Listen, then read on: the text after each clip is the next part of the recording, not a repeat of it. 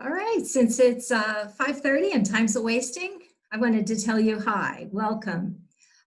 Welcome everyone to the Churchill Borough C1 District Planning and Visioning Project. Thank you to all of you for joining our webinar called Design Standards and Forms. My name is Elaine Kramer and I'm a community planner with Pashik MTR, a local consulting firm. I'm here with Jim Pashik, our firm's founding partner. Also Heather Fuller, one of my colleagues, as well as Tess DeYoung from Connect, the Congress of Neighboring Communities. I'm so pleased to welcome you, our webinar audience, and we hope you all are doing well and staying safe these days during these difficult times. You should be able to see and hear me. And now I'm going to give you a informational slide that we can look at for a second while other people continue to join in.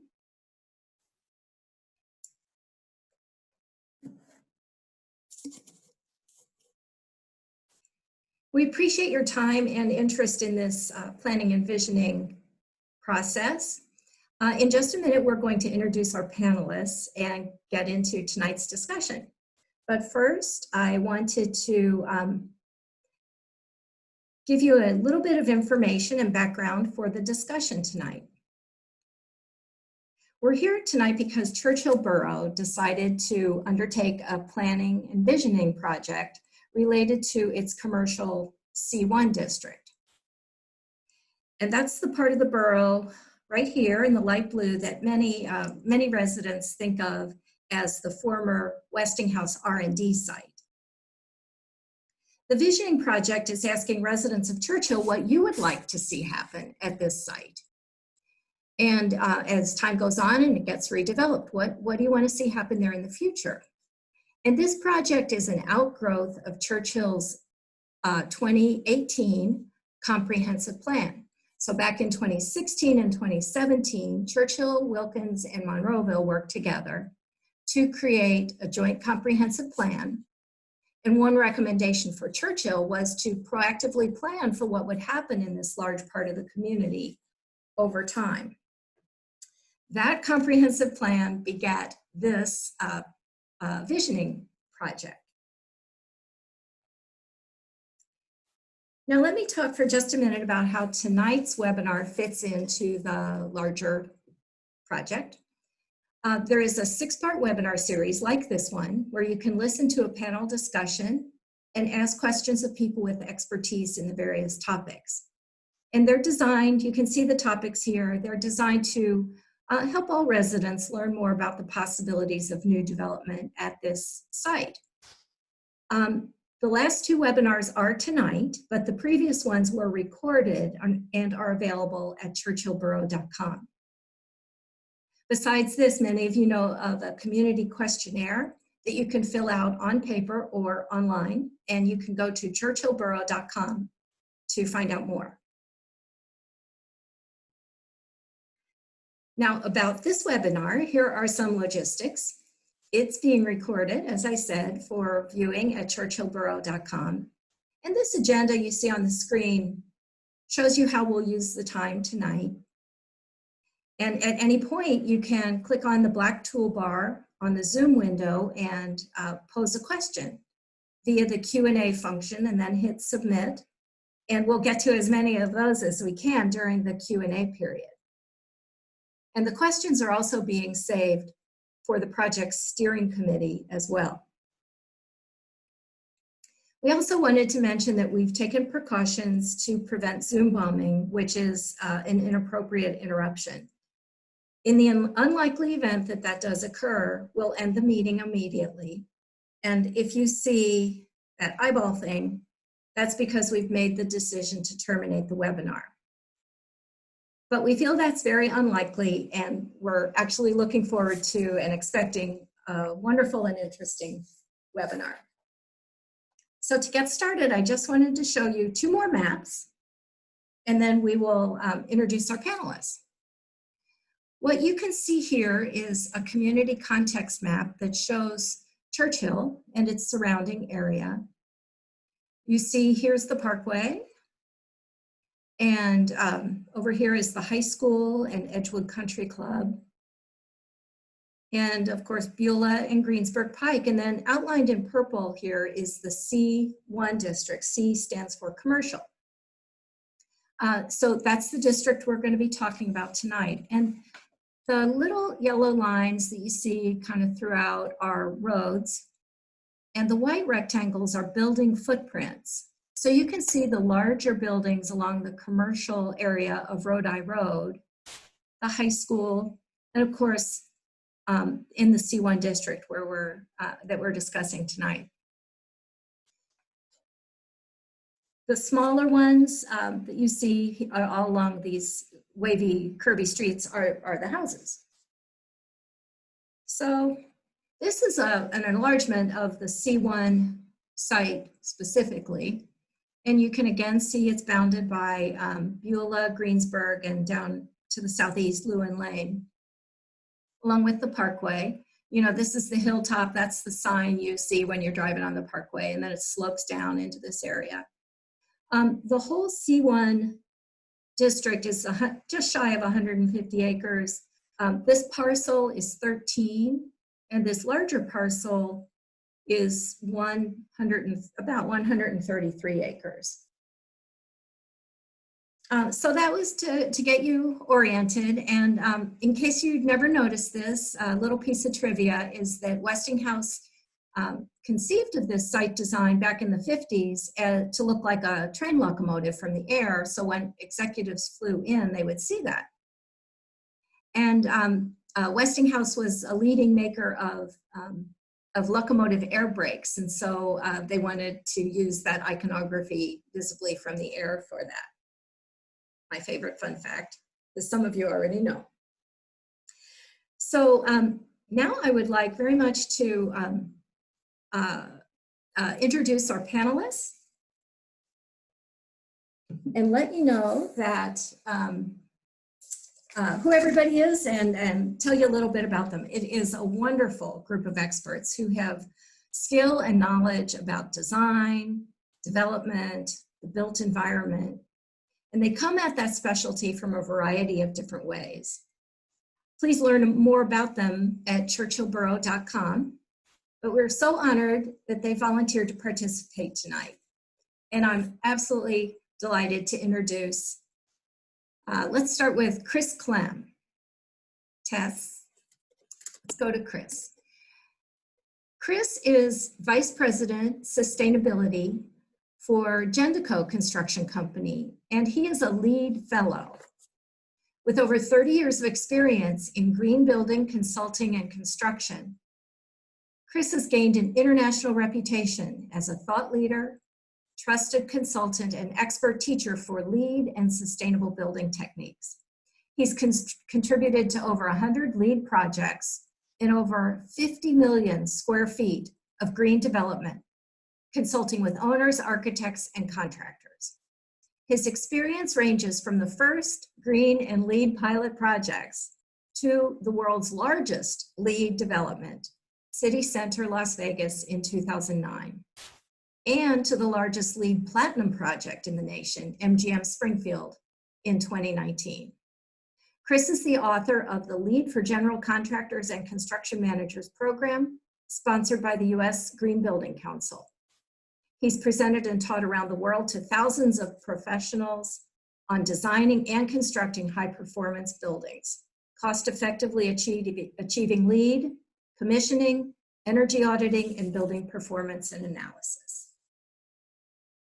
Jim Price. Jim is program manager at Sustainable Pittsburgh, and there he assists municipalities in measuring and enhancing their performance in the policies and practices of sustainability. He manages the Sustainable Pennsylvania Community Certification Program, a statewide performance recognition program for municipalities. He organizes and facilitates the Sustainable Community Development Network, which involves elected leaders in southwestern Pennsylvania. Previously, he served as Economic Development Director for Etna Borough, the Policy Manager for the Congress of Neighboring Communities, and as a coordinator for the Department of Energy's Solar Development Project. He holds both a Bachelor of History and of Political Science from Cleveland State and a Master of International Development with a focus on development planning and environmental sustainability from Pitt. Steve Quick is an urban designer and planner, architect, and educator at Carnegie Mellon. Steve teaches in both the graduate and undergraduate programs. His courses have been informed by research through the Remaking Cities Institute in planning processes and guidelines, consensus building, civic engagement, and the integration of smart city infrastructure and data analytics with computer science and engineering.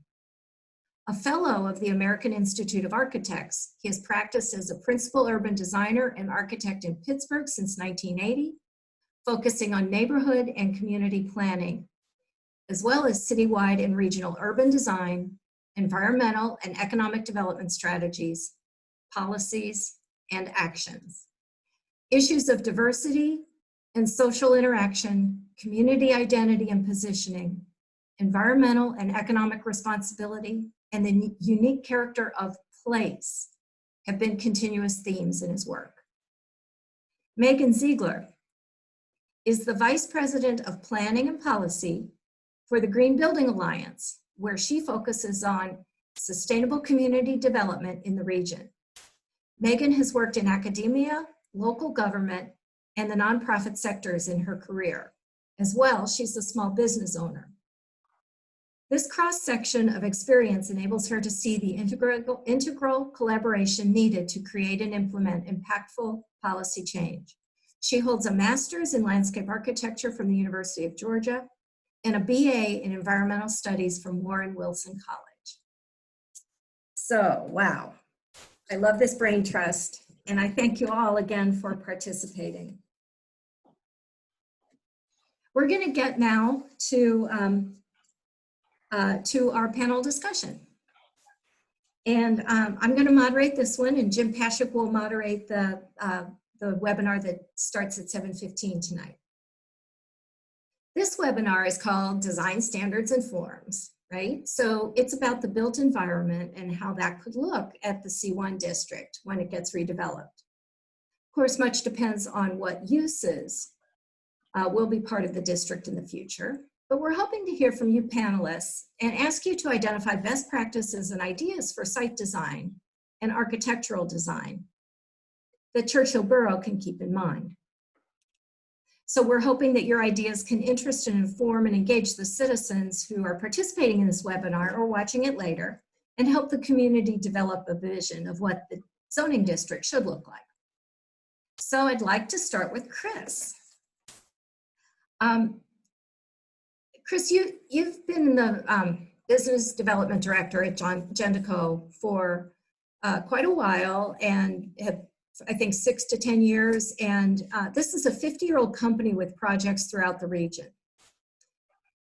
So since you're also sustainability director there, and we've spoken, I've heard you talk about construction and development in terms of their effect on a living system. And I wondered if you could tell us all and the audience what you mean by living system in the world of redevelopment. When we speak of living systems, we speak of wholes.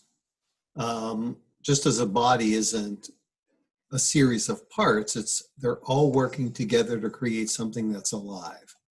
So when we talk about living systems in terms of development, we could be speaking about a company, we could be speaking about a project or a business that works together, we could be speaking about a community, or we could be speaking about a watershed or a life shed.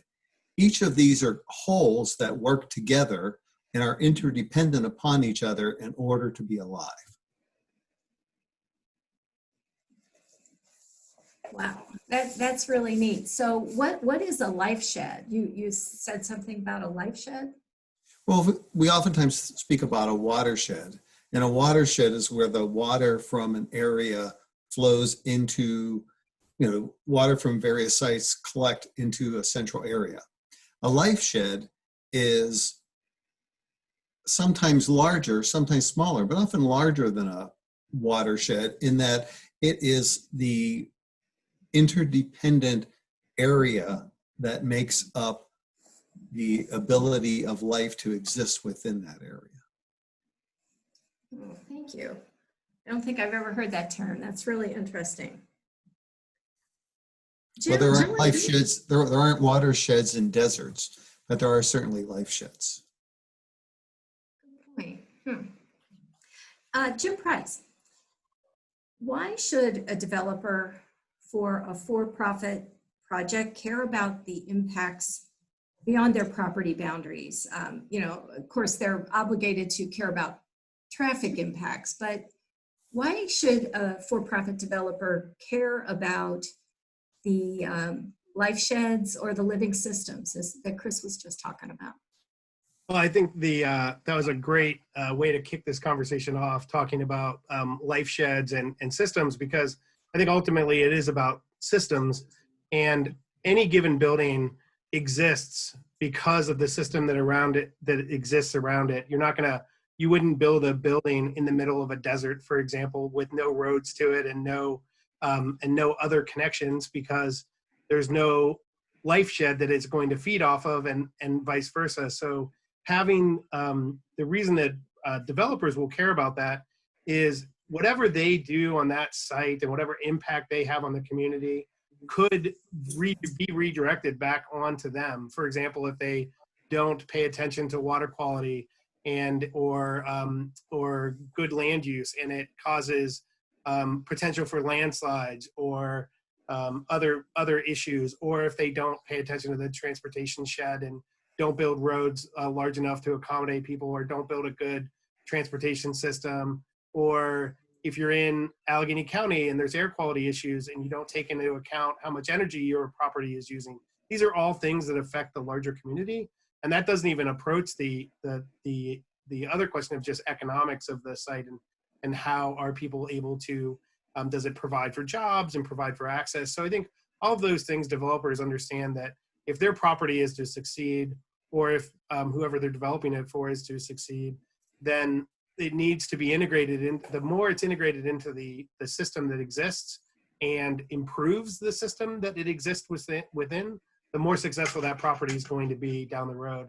I think that's something that's just increasingly part of everyday life, that we now understand how important those systems are. And they're kind of, bucketed. There's the small system that, the property itself, and then there's the systems within it that exist. And then there's the larger circular systems as you go out, the town that exists in Churchill. But Churchill is successful because of the city that it's, or the region that it's within, which is Pittsburgh. And so all of the things the decisions that are made, one property might not have a huge effect, but many properties together will have an enormous effect. And so the more we're thinking about these things at the property level, especially for a sizable property like this, the better off we'll be moving forward. So we're preventing negative issues, and not only preventing negative issues, but encouraging positive outcomes. That ripple effect throughout the living system. Mm-hmm. Steve, let me ask you. Chris's construct is almost the language of urban design, as well as sustainability, and urban design is one of your specialties. So residents have described the C1 district as kind of like a fishbowl. It's sort of topographically, it's almost a pocket bounded by, as we saw in the maps, the Parkway and the other streets. The area's kind of been a hidden place of mystery and interest for decades. Once an integral part of the community, employing up to 2,500 people. Could you tell us a little bit about, give us an overview of the rise of the suburban office park like this Westinghouse site and the parallel growth of the suburbs in the 1960s? And then I have a follow-up after that. Okay, thanks, Elaine. This is an interesting site, and it's one that I became familiar with when I moved to Pittsburgh in 1974. I worked for Westinghouse, and actually worked in their corporate design center and made a number of trips out to the Westinghouse R&D Center, which was this site. And yes, it is a mysterious site. And even I didn't get to see all of it because a lot of it was classified at that time. But it does sit isolated. And therefore, I think it does have a lot of mystery for everybody. And the site always was never really accessible unless you had some reason to be on the site. So I think over time, it's kind of become a big question mark, and I don't believe most people even know what exists there or have really seen it. But there was a period in our thinking, and it's really started around the 60s and 70s, about beginning to think about the scale of development which would attract business as well as industry. And on large sites, particularly on edges of cities or in suburban areas where there could be large tracts of land, these were set aside by zoning ordinances or local officials and so on for the development of basically increasing tax base by encouraging by encouraging commercial development and industrial development.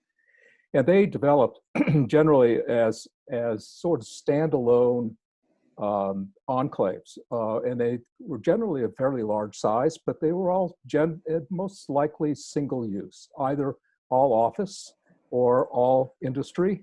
And sometimes there may be a mixture of the two because there's always some office even associated with industrial facilities.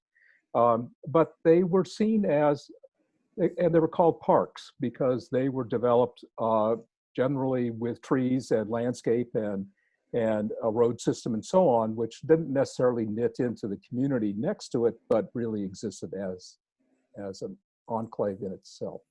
And these were popular for quite a while.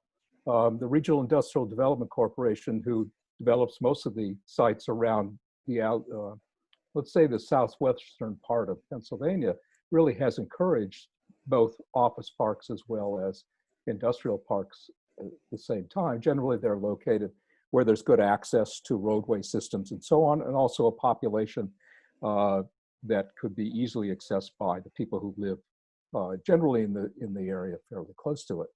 It's a thinking that we've sort of gone away from as we've begun to understand how cities work and how people really like to work with one another. And I'm going to come back to Chris's comment about thinking about it holistically, and Jim's comment about when you think about systems, in a sense, you think about an integration of many disciplines in the possibility. We've begun to see that when you isolate, let's say, a particular use on a large site and so on, you don't have the sort of support facilities which would be very helpful for that to succeed for the people that work on that site.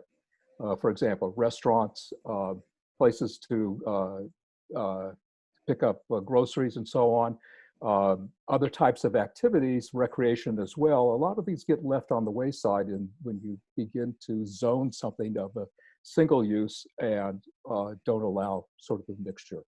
But we found that even beginning to think about how our cities are going to be sustainable over the longer term, and I mean suburbs as well as inner city areas, is the need for quite a variety of uses and a walking environment as well as an automobile environment, but something that really thinks about the person during their 24 hours a day. You know, whether you're working or you're living on a certain site and so on, there are support services that are needed. And they're not just stores and they're not just gas stations, but they are also things such as recreational facilities, entertainment facilities, and other things that really go into making life enjoyable.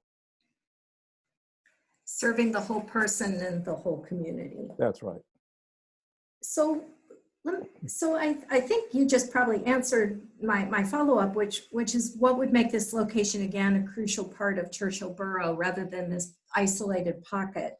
And so you were explaining, you know, if there were support facilities for people who work there, and rather than it being a single use. Is there anything else you would want to add to that, or do you feel you covered it? Well, I think you have to think about this site in a sense, is right in the center of Churchill. And really the kind of connectivity you want to have to the areas around it and the uses around it, as well as the transportation access. But it's right in the middle of the borough, which is really interesting. And you don't very often have these kind of conditions where a central large piece of property really becomes available for development. Cities would die to have a site like this. Churchill is very fortunate in the sense that, and it's a beautiful site as well.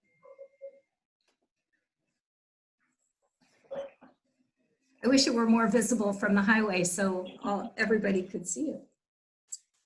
Megan, a question for you now. As Vice President of the Green Building Alliance, your focus is on sustainable community development in the region. So if Churchill wants to encourage C1 development that goes above and beyond the design standards that are required sort of out of the box by regulatory agencies, what are some examples they can follow from our area or around the nation? What are some best practices? Yeah, I think there's a couple different things that can kind of really play into that. I think the fact that you can pick a framework that can kind of go above and beyond. So I'll throw out some different things and I can follow up and send a little bit more information that you can share with the group. But you could start eco districts, which is that's a good local example that's happened both like in the city of Pittsburgh with the Uptown Eco Innovation District. It's also happened in the Tri-Borough area, looking at Etna, Sharpsburg, Millville, and it does kind of take this broader look and it starts to kind of prioritize the systems. So it does look at air quality, it looks at mobility, it looks at community resources. You could even get to LEED has both a neighborhood planning criteria that can get into a lot of these other factors as well. And there's also the living communities challenge. And so I think the beauty of those is it starts to kind of say, what are the priorities that we value as Churchill residents? And how do we really want to start utilizing those as a way to use to start to kind of develop the criteria for what's going to happen? Because you could easily say, C1 is a zoning code, it's written a certain way, so you can either change the zoning code, or you can say we might want to create an overlay district for this particular parcel and set a different criteria, so you're not necessarily having to change an entire code. But it is an interesting site where it has some really good amenities, and kind of how do you start to really work with the site itself and how that might integrate out. But thinking about how do you want the site, what do you want the buildings to look like on the space, what amenities do you want to include? Because if the functionality is going to be kind of a workspace, but there are people going there, how do you make it kind of a destination and kind of make it a place where people, whether they're working there or not, they want to come and utilize this asset within their community. And Megan, could you just tell people what an overlay district is? So an overlay district is where within a certain zoning area, you can set different criteria. So in the city of Pittsburgh, there's the river, there you can kind of put a hold on development within a certain period of time, like 12 to 18 months, while you're doing a more intensive planning process. But it does allow you to have set design criteria, so that could get into street lighting, that can get into landscape design criteria, that can get into facade material choices. And so it gives you an opportunity to not necessarily rewrite your entire zoning code, but you can get very specific. So this has been used across the country to kind of say, well, we don't want to rewrite code, but we really want like this corridor to have a different look and feel. And so that's a good kind of tool, if you will, to do that, where you can set higher performance standpoints. You want it to have a different setback, so you can have wider sidewalks, more trees, different amenities, things like that. So it's a good resource if you don't want to rewrite an entire code, that you can have different standards. Thanks for that explanation. Yeah. And before we move on, I had just a couple things I wanted to remind our audience, our participants in the webinar. One is that we will be having a Q&A with these panelists in a little while. And if you have questions, please go ahead and start floating them up now so we can make the most of that time with our panelists. And number two, Ms. O'Neill, I wanted to let you know, we see that you're in the audience. Ms. O'Neill is the representative of the owner, and should you wish to have some time at the Q&A, we'll make sure that you have that. Could you just put a note in the Q&A if that's something you would like? So we appreciate that. Thank you. Next I have a question for Steve. Given the fabric of Churchill as a residential neighborhood, what kind of building massing? Remember, the audience remembers at the beginning of this, we were looking at the map with the little rectangles that were the houses and then the really big building footprints for the school and along Rodi Road and in the C1 district. So my question for Steve is, what kind of building massing would fit best on the C1 site? A collection of smaller building footprints, or, you know, there are large building footprints there now. Would that work, or does building massing not matter? Well, that's kind of a loaded question, but is it? Okay. Well, particularly because the site has quite a bit of different topographical features. There's, you know, the buildings are now sitting there up on the crest, up on the top area, and then it slopes down, particularly along Beulah Road and so on. And then, excuse me.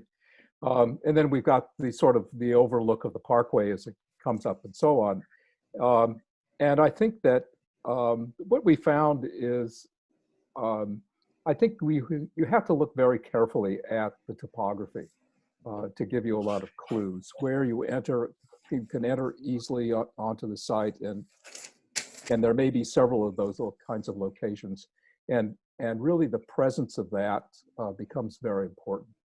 The other thing is, in terms of identity, these kinds of issues are really up to Churchill Borough and their residents to see what it is they would like to see on the site in terms of uses and sort of building massing and so on. And we found that through civic engagement processes and working with communities and so on, we find that there generally is a consensus pretty much among community residents, or even in areas, even neighborhoods in the city and so on. People will have a very good understanding of what they really value for their locations. And so as planners and designers, we take that into account into what we're doing and so on.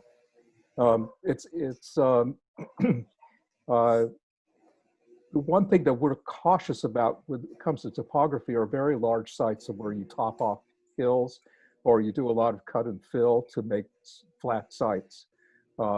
And we see a lot of that, and it's fairly destructive to the environment, and trying to have a good sustainable environment and a good watershed and all of that.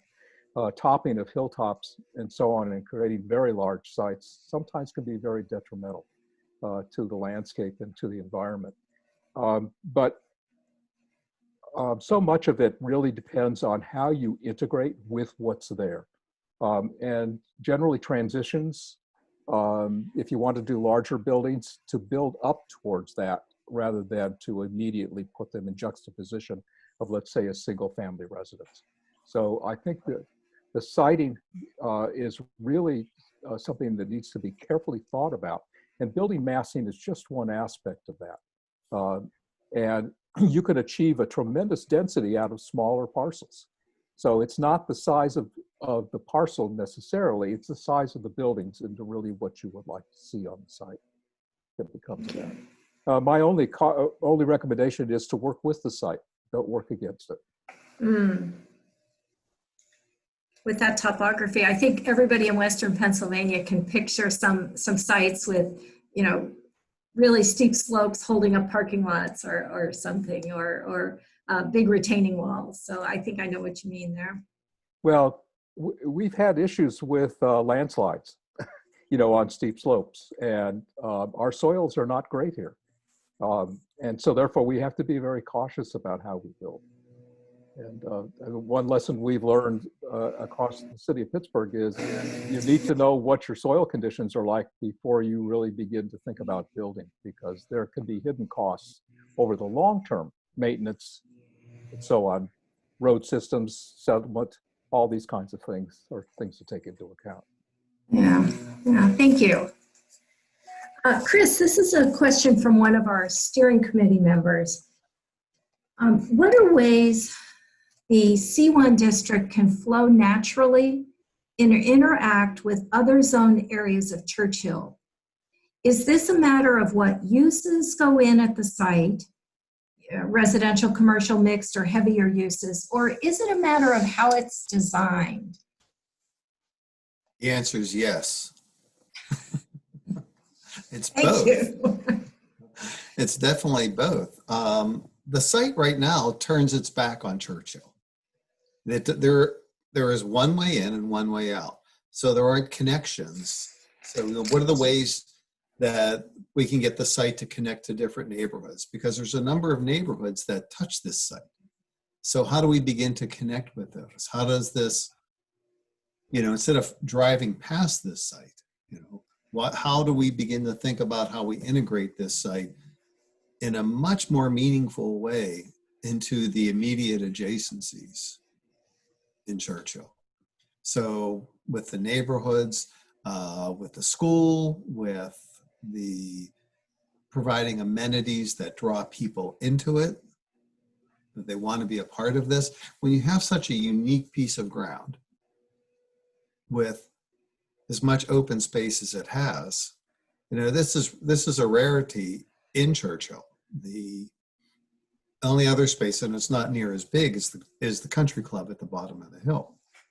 And this being in the center of the borough can start to really begin to be the heart of the borough and take a number of things that maybe the borough wants, needs, desires. What are the different ways that we can look at designing and developing this space in a way that an acupuncturist works? An acupuncturist looks at 2 points and it creates energy between those 2 points. Well, we can look at what are the disrupted points in Churchill and how can we use this site to start to create energies between those points to create life within the space. Look for the disrupted points and pathways. Thank you. Writing furiously while you guys talk. I'm all about embracing the disruption point.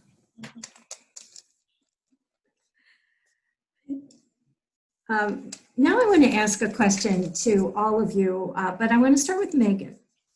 So how do we strike a balance between regulations that protect the surrounding community while allowing developers to create new development at the site? I hear, the panel giving a lot of ideas of, all the possibilities and things that could be. How do you balance that with, how do you balance regulation with a developer's expectations? Well, I think there's a couple different ways. I think regulation is obviously in place for a reason. And so I think whether you're thinking about stormwater code, floodplains, obviously this is a separated community, MS4 permitting issues, water quality, again, going back to use the site and the amenities of the site and don't disrupt those, use those to your advantage. So if it seemed like on the map there was a stream and maybe a little pond. It's always been this enigma when you drive by it. And so how does that create an amenity, but you can use it to redirect your stormwater to where people can maybe have access to it. But I think the biggest thing is thinking, how do you plan a site for adaptive reuse down the road?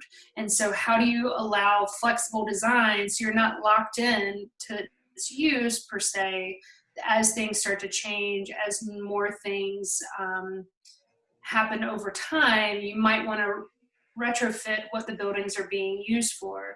But I think obviously with the current pandemic, I think the biggest thing right now is how do you make sure that you're having healthy spaces for people to kind of come to, whether they're the workers, whether they're the users of the green space, things like that. So I think really just advocating for that is going to be the biggest thing to really advocate for at this point. Oh, okay. Jim Price, how would you answer that? You're muted. Yep, I saw that as soon as I said it. You know, I like to convey this story that I heard from an elected official in Butler County, excuse me, and they had been in eastern part of the state, and this beautiful development just outside of Philadelphia that was going in that had bioswales and had all this lovely infrastructure and had historic components built into the site and it was generally a shopping center, so it wasn't necessarily all that exciting site, but they made it look very nice and they spent a lot of time on it. And they went back to Butler County and found out that the site that was being built in Butler County was actually being built by the exact same developer, and it was just very boring, typical big box store development. And they asked the developer, why aren't you, you know, I saw the site that you're building on the other side of the state. Why are you building such a boring site here? And they were like, well, no one asked me. And I think that's, you know, just a really good lesson to folks that have the ability to, you know, start thinking about changing those zoning laws and putting those regulations in place. Is a lot of times developers are encouraged when they see a community that's taken the time to put regulations in place that are more concerned about the environment and more concerned about those systems that we've all been talking about. So just because it might be a little more onerous on the developer to do this type of work does not mean that it's something that they're not going to want. And oftentimes it's something that they actually do want, but if no one requires it of them, then they're not going to do it. So I think that's one thing to think about when you're developing regulations. If your regulations are driven by the community and what the community wants, typically developers are actually, you know, not always, but a lot of times they find that as something that's helpful for them, guidance for them, and to stick to it too. If there's a lot of times regulations like that will have conditional uses and other things, and when you have some standards, is to especially ones that that the community has deemed important, to stick by those important ones, like water quality, like transportation regulations and things like that. So, Thank you. Chris, same question for you. How do we strike a balance between regulations that protect the community while enabling developers to create new development on this site? Well, an important way is to recognize the uniqueness of the place and build from what is unique about that place to really understand the sense of place there. And that requires education and awareness. Oftentimes, developers, particularly out-of-town developers, will look at a site and they'll say, well, why don't we just change the site to suit our needs? Say we want to put a giant warehouse on there.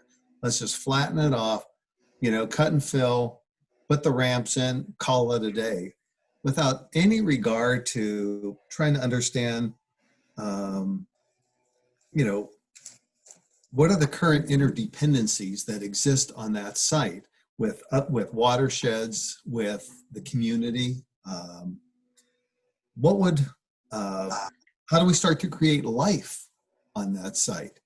What would neighborhood resilience begin to look like? You know, could we design buildings in a way that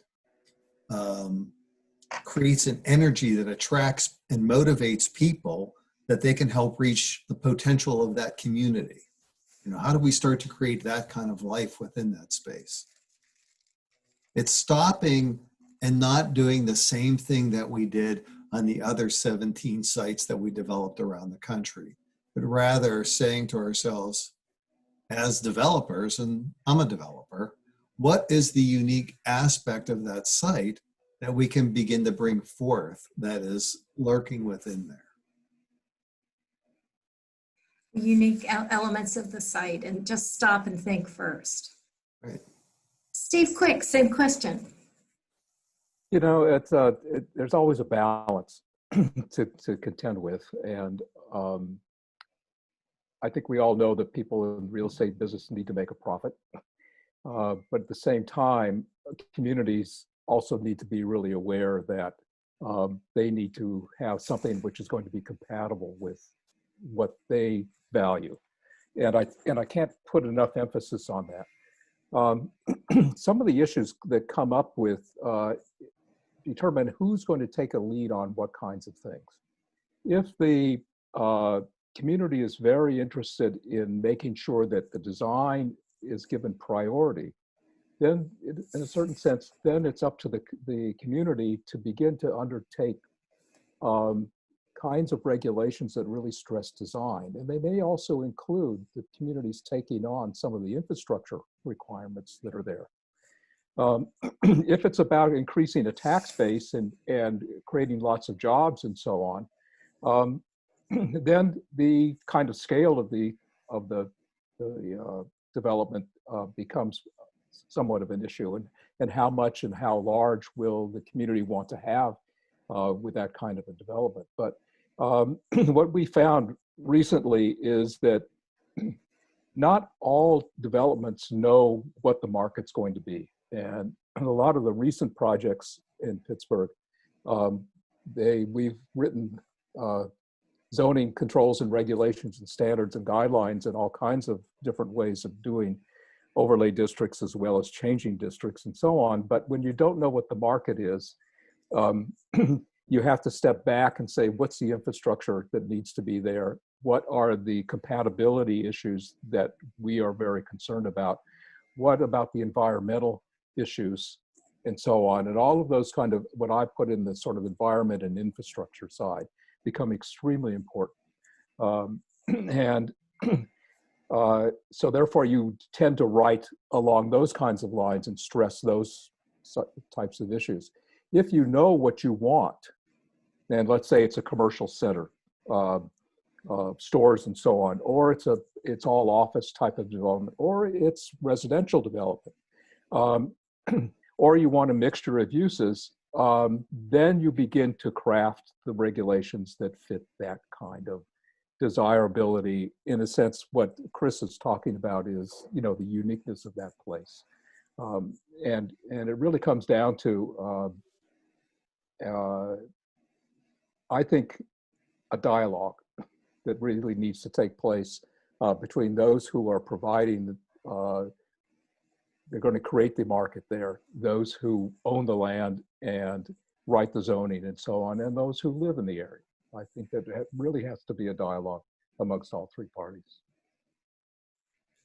Thank you. I appreciated your pointing out how important it is for the community to determine what it wants to see happen. And thanks again for participating in this process, because that's what this is all about. I'd like to ask now, starting with Jim, are there examples of land use regulations that can help a community achieve a vision for a site? What are some examples? Well, I think a number of them have already been suggested. One of the tools that developers often use are overlay districts. That's a land use regulation that puts a specific design guidelines on a given area. And I think even one of the questions that I noticed in the question and answer box there was how do you have walking trails and things like that on the development in the region? And those are things that can be added. Those are requirements or suggestions that could be added on an overlay district.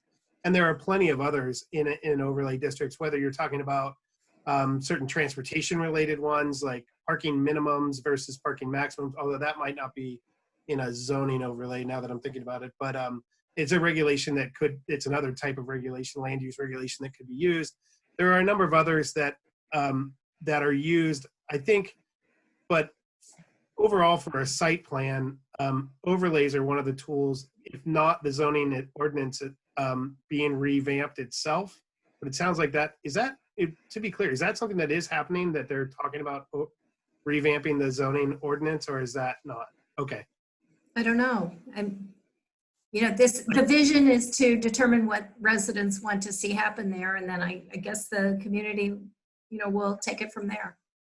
Yeah, and so I guess to that point, then there are quite a few things in the zoning ordinance that could be regulated to improve things. You can use, there's density bonuses if you're feeling enough development pressure. Although I think on this site, with the amount of rehabilitation work that needs to be done, there's probably not enough pressure to warrant something like a transfer of development rights or something along those lines, where you'd be able to encourage certain things by allowing more density or allowing more space to be developed on the site in a thoughtful way. Obviously, you'd want it to be done, as Steve and others have mentioned. So overlays are a good one. And there are a number of tools that have been developed related to that. Conservation by design, but that's really more of a residential tool. But there are numerous examples. Montgomery County, I think, has one of the best suites of examples of different types of overlays and how they're used and why they're used. And you can kind of, looking at a bunch of models, it's probably not a bad idea to kind of get an idea of what regulations are available and legal on the in zoning regulations in Pennsylvania, to kind of get an idea of what kind of things you can ask for. And because typically you can't necessarily ask for specific building designs or aesthetics, but you can ask for a lot of the other things. And I think, be it the developers on the call and that other folks are all interested, typically developers will listen to, what the community wants as far as that, even if you can't legally regulate it. So. Thank you. We're almost ready for our panelist Q&A, but can anybody else on the panel respond to that same question? What are some tools? Yeah, let me speak up. I think I think everybody needs to be aware that there are differences between standards and regulations and guidelines. Guidelines are meant to encourage things to happen. And unless there are some incentives written into guidelines, they're generally not followed. It's been my experience. Whereas if it's a standard or a regulation, then it is required by zoning law. And so those things, and you have to be very careful about this, because again, it's a balance between, do you have so many restrictions and regulations that no one wants to build, and therefore you've lost that opportunity? Or do you create something that really is very careful about what it is that is truly valued by the borough and its residents? And those should be in the standards and regulations. If it's design that's important, then you can write form-based codes, which are really about sizes of buildings and placement of buildings on the site. And generally, there's a site plan that goes along with that. If it's something about a particular type of use, you can talk about the density of people that you want to have on the site, for example. And people in this particular case is probably going to be auto-oriented in some manner. If you do bring a lot of density onto the site, it's just that this site is not walkable from the neighborhoods, particularly, except for maybe Greensburg Pike. So how many cars do you want on the site? What kind of intensity of use do you want to see happen? I think all of those are kind of very considerations. They're not design oriented necessarily, but they are design oriented in the long run, simply because making all of these things happen really takes quite an integration of design thinking as well as innovation and so on to make them all work. Thank you. I will say, I think that's a really great distinction, where if you don't necessarily want to adopt like a full-fledged, every building must be LEED, platinum, or silver, anything like that, you can start to set like performance guidelines and standards. And I'll say the word standard instead of guidelines. Set performance standards for your buildings per se. So then that way you can start to inadvertently say, I'm not going to dictate what it looks like, but I'm going to tell you how it needs to function. And that might kind of be one way to categorize buildings in a slightly different way. Thank you. Elaine, could I interrupt for a moment? Mhm. We're at about 6:25, 6:26, and we're about to start with some questions from the attendees. But before we do that, the owner has requested a moment to share their viewpoint on this process.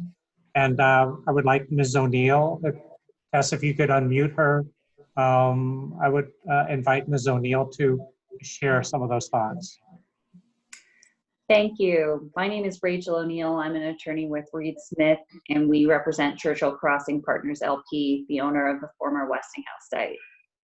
As I've stated before in these visioning workshops and in letters to the borough and the steering committee, the owner objects to this process to the extent it has not been meaningfully included in the design or participation of this process. Thank you very much. Thank you. Go ahead. We're looking for Heather to help us with some questions from the audience. Someone has asked what the importance of the former use of the site as a private farm is, and how could that inform or impact the future development of the site? Any thoughts? Let me just go back in time just a little bit. Before this was developed by Westinghouse, I went back and looked at the aerial photos from Penn Pilot. And before the parkway went in and before Westinghouse was there, the whole area was farmland.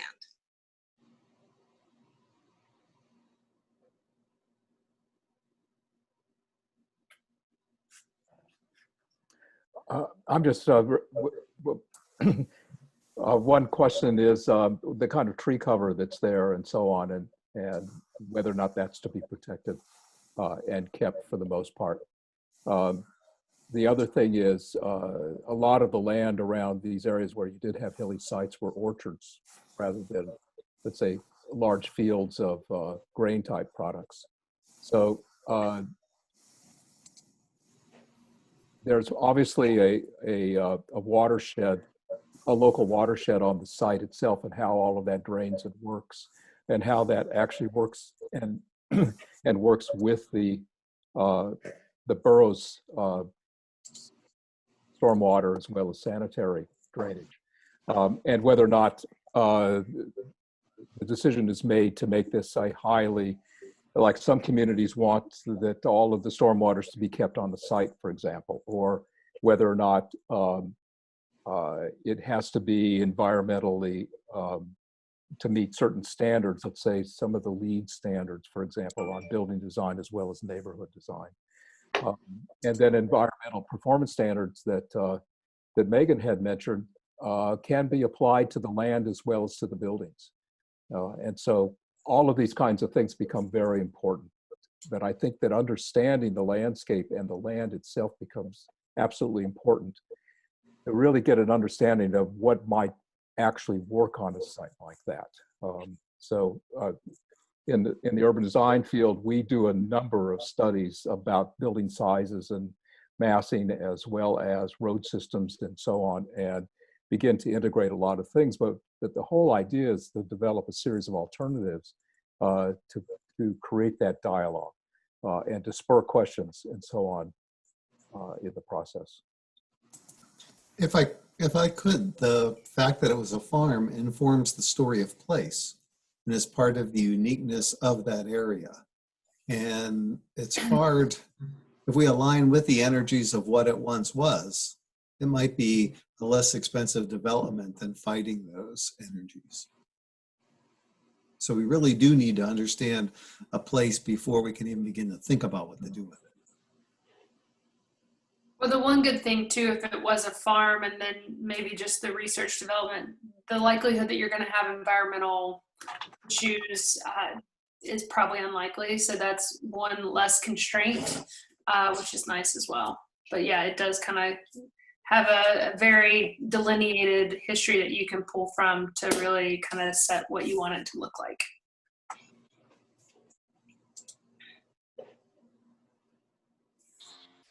Elaine, do you want to do the poll, please? That would be really fun. Let's do that. I'm going to launch this and give people a chance to read all these words and answer. The question is, what types of land use regulations should be considered for the C1 district? You can pick one.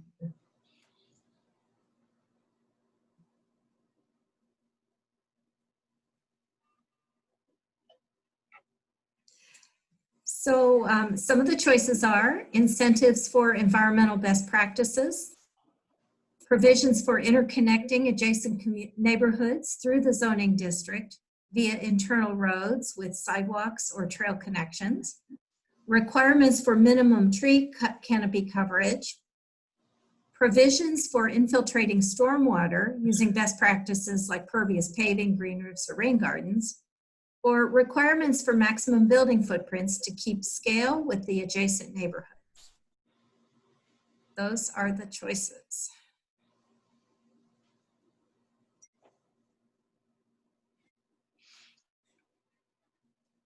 I'll give it another couple seconds and then anybody else is going to weigh in, and then we'll see what the winner is.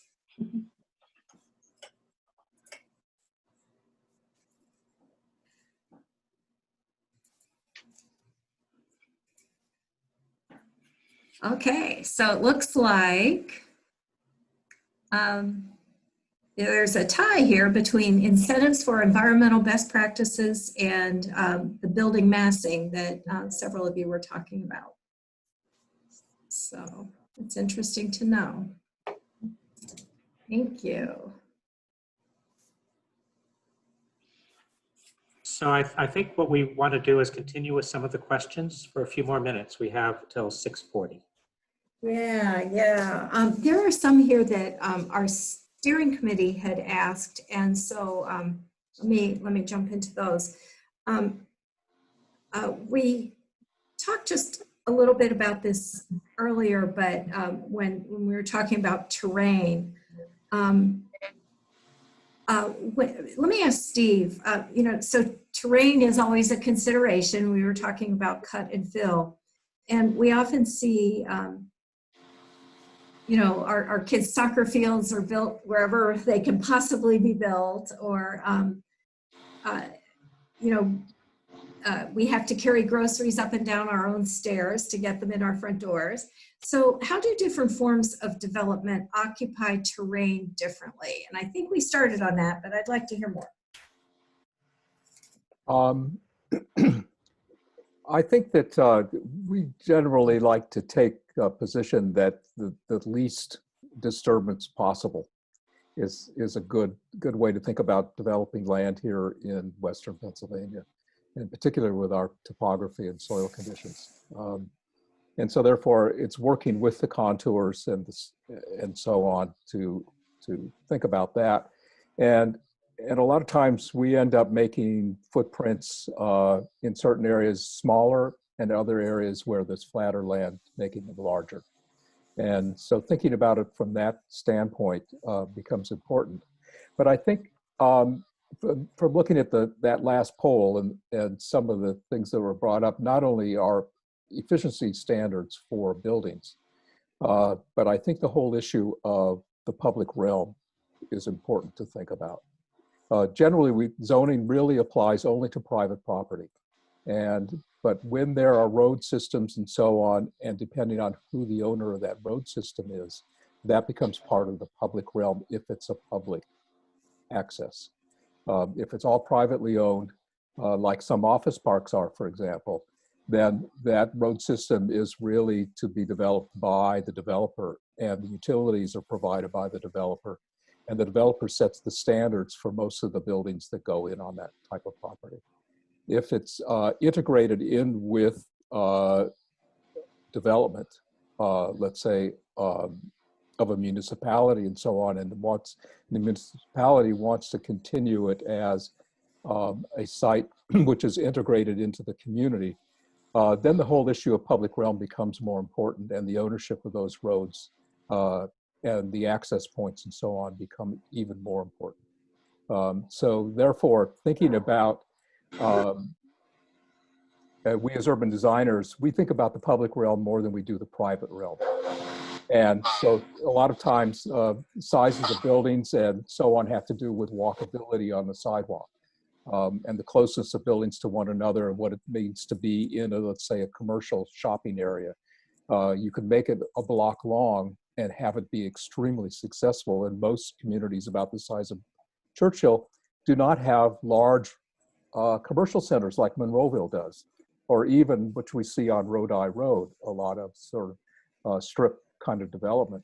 But the creation of place can be the sort of integral and sort of heart of that development wherever it is. And it just would serve those who are, let's say, working or living on the site, as well as those in the borough as well, to participate in that whole thing. So if we think about how we design the spaces in between buildings and what it is you want to see there, and how you begin to think about being compatible with single family residences on Greensburg Pike and a major highway with the parkway on one side, and limited access onto the site and so on, all of these things become really important in terms of how the site integrates. One thing that we found to be actually quite useful, but they're not taken advantage of very often, are compatibility standards, such that whatever you put on the site, think about it in terms of that it will not reduce residential values by whatever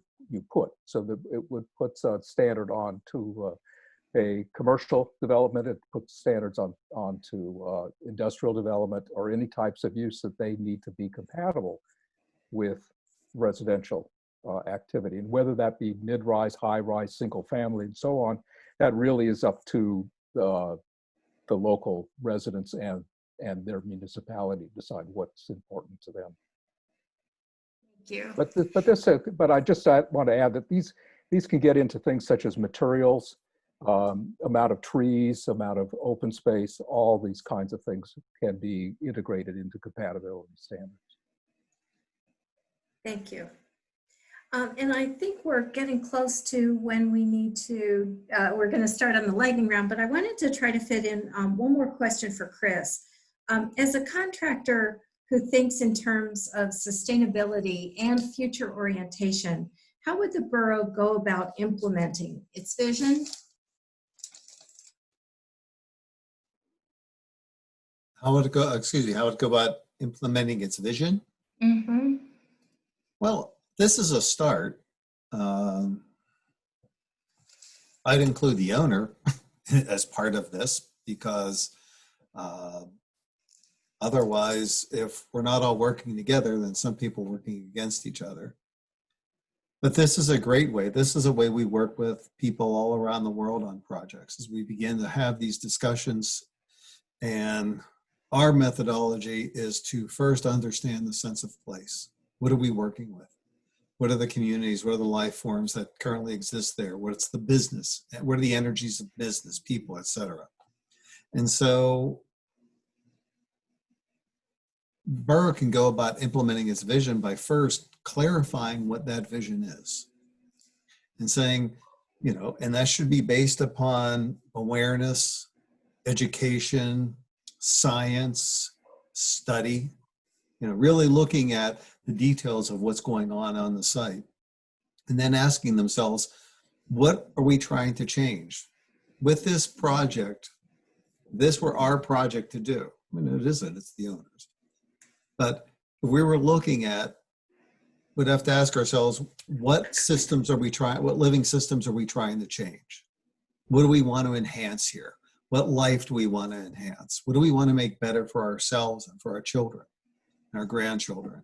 How do we think 100 years down the road for Churchill? What does that mean? And have that vision firm. That can't be soft. That's got to be something that you can image working and seeing it function fully. Once you have that vision, you can image it. Then you can start to see what it touches and what affects it and what nodes you need to go in order to create those energies we were talking about earlier and really make something happen. Thank you. I'd just like to second Chris on that. Codes and regulations are the result of what people want to see happen. And so therefore, it's a way to make things happen. They're a tool. But if you don't have that idea of what it is you are looking to create, that we'll call it quote vision, it's very hard to write codes and standards, other than to write general zoning like commercial 1 or commercial 2, at which you have a collective things that you will allow to occur in that area. But the more that vision is clarified, the easier it is to write regulations and standards that actually achieve those things. Thank you. Thanks very much. Going to Thanks, turn it over to Elaine. Jim. Yeah, so this is what I think is the fun part of this webinar. It's all fun. It's all great. As we call it, the lightning round. And what we're doing is asking panelists to help us identify key words or phrases that best illustrate the ideas we have been discussing. We're going to have a whiteboard and we're going to record those suggestions, and that'll become part of the recorded document for this webinar.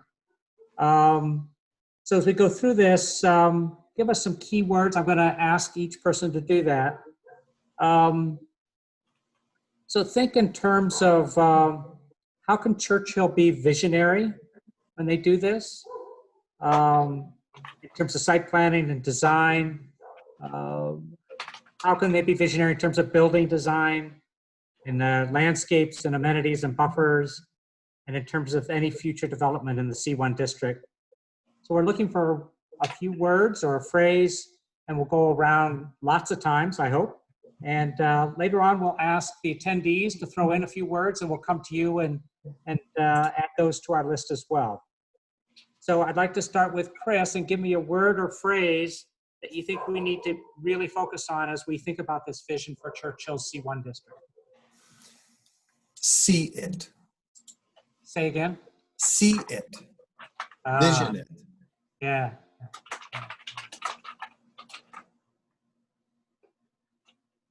Jim.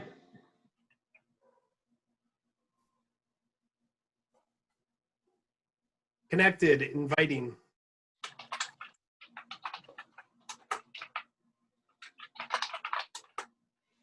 I think Jim snuck 2 ideas in there, but that's okay.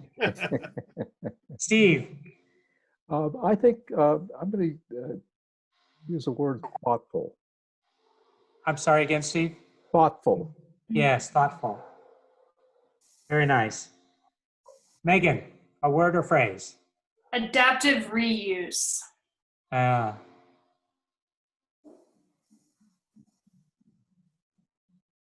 And are you thinking in terms of the buildings or other aspects? I think it can be the buildings themselves. It could be your energy system.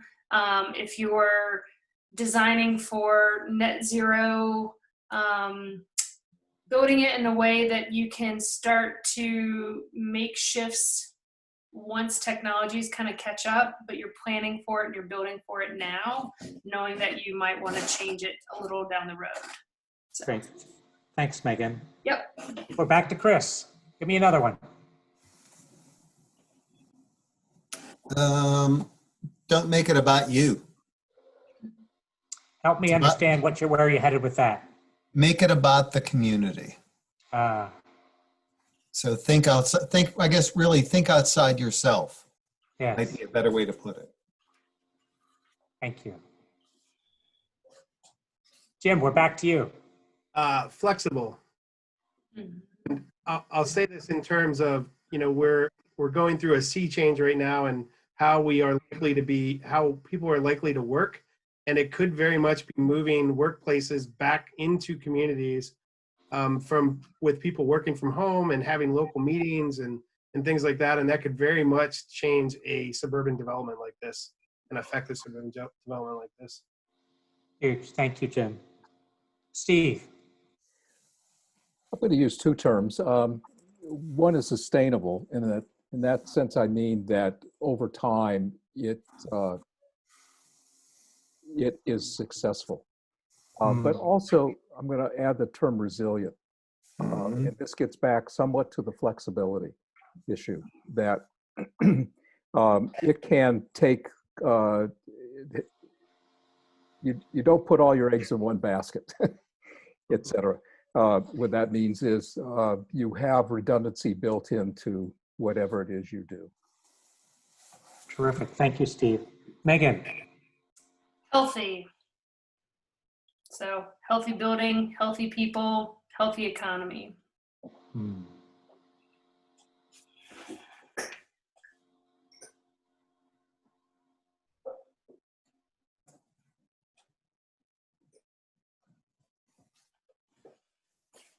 And we're back to Chris again.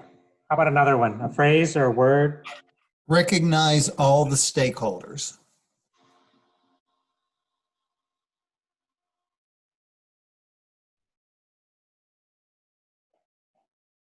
Great. Jim, another one. That makes me think engaged. And you mean engaged as in what way? I actually just going to leave that open, because it could be engaged in the process of developing it, like recognizing all the stakeholders, but also that the development itself is engaged, it is an engaged part of the life system of the community. Nice. Nicely said.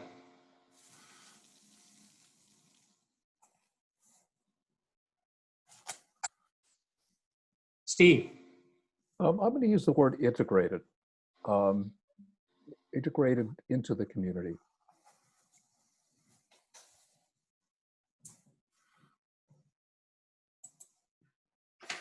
Megan. Transformative.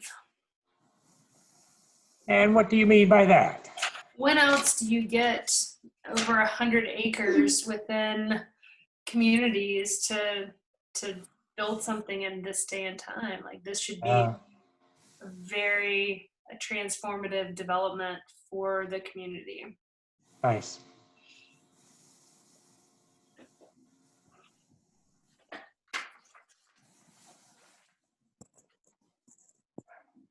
Chris, we're back to you. Make it world class.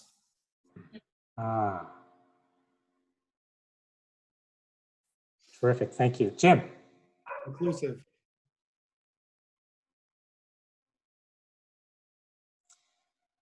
Do I dare ask you what you mean by inclusive? I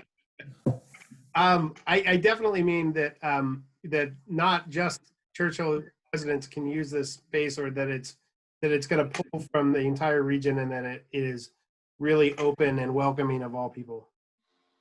Right. Thank you. Steve.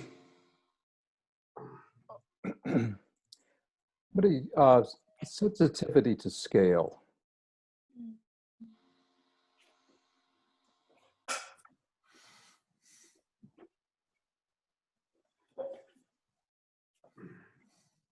Megan. Smart. I'm afraid I'm going to ask you what that means Yeah. in your mind. Smart design, smart built environment. Yeah, just well-informed, good decisions. Nice.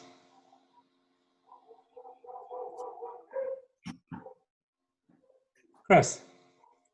Appropriate. Do it for the right reason.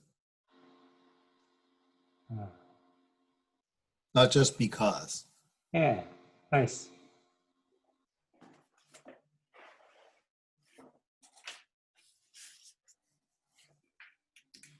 Jim. Beautiful. Nice. Megan. Oh, I'm sorry, Steve's next.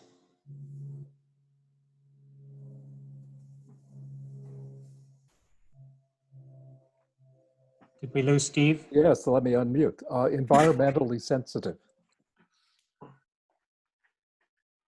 Certainly be a good goal. Megan? Yeah, I'm starting to run out. I feel like a lot of these. That's okay. We can go around just a couple more times and we'll make sure we pick up some of the ones that were listed from the attendees.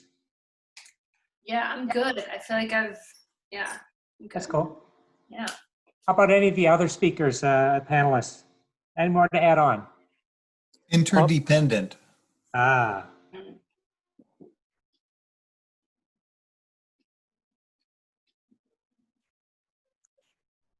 I'd like to add that it be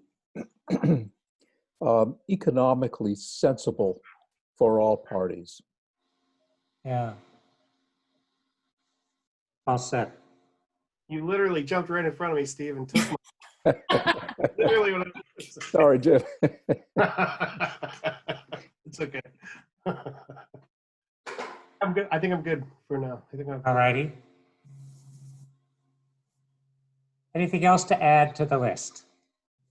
I think that the engagement process is important, and I think engaging the Churchill citizens is important in the process. Thank you.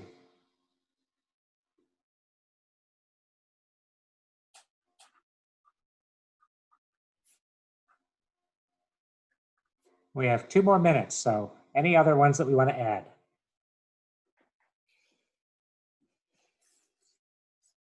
That's a terrific list. I so But appreciate life generating. life generating. And I'll add one more, hopefully walkable. Yeah.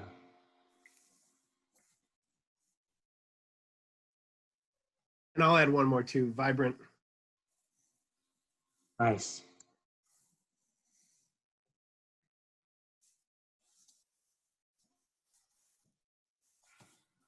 These are terrific. I really appreciate all of these thoughts, and I'd like to just thank the panelists for an amazing job that you guys have done. We knew you guys were pretty good, but you've been amazing in terms of the kinds of insight and thoughts that you've shared with the community.